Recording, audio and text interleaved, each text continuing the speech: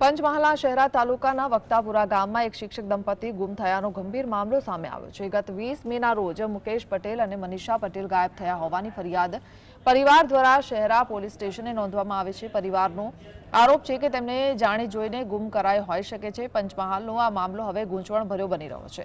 ગુમ થયેલ શિક્ષક દંપતીના પિતા શાંતિલાલ પટેલે પોલીસને જણાવ્યું છે કે તેમના પુત્રવધૂને કોઈ ત્રીજા લોકો દ્વારા ઉઠાવી લેવામાં આવ્યા હોઈ શકે છે, પરંતુ માતા પ્રમાણે ઘરે કોઈ લેણદેણ અથવા ઉઘરાણી માટે આવ્યું નથી। ગંભીર આરોપ એ છે કે મુકેશ પટેલ પાસેથી 4 શિક્ષકોએ 60 તોલા સોનું પચાવી પાડ્યાનો પરિવાર દાવો કરે છે। ખાસ કરીને નરેશ નામના એક શિક્ષકના ઘરે આ સોનું હોવાનો આરોપ છે। પરિવારને શંકા છે કે મુકેશ અને મનીષાને છેતરપિંડી દ્વારા ગુમ કરાયા હોઈ શકે છે।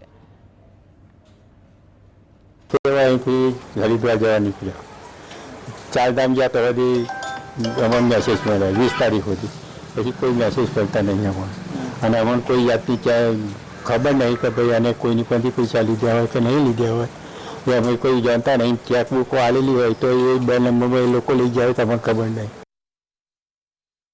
જણાવી બધા ધારાસભ્યને જણાવી બધા જણાવી અમે બધી મદદ જેટલી થતી એટલી મદદ કરી। અને હરિદ્વાર સુધી અમારા માણસો એના સરપંચ સાથે લઈને ફર્યા, પણ અમારા છોકરાનો કોઈ પત્તો નથી।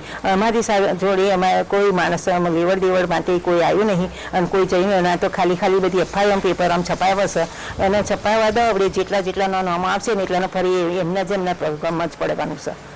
હું મારા છોકરા મારા જોઈએ, અને આના જ ગુમ કરાયા છે મારા છોકરાને કેચઅપ કરીને, અને એ બહાર કાઢાયા છે। એવા જેવા બહાર કાઢ્યા એટલા જેટલા સંપર્કમાં હોય એટલા બધા શિક્ષકો થઈને મારા છોકરા મારા જોઈએ।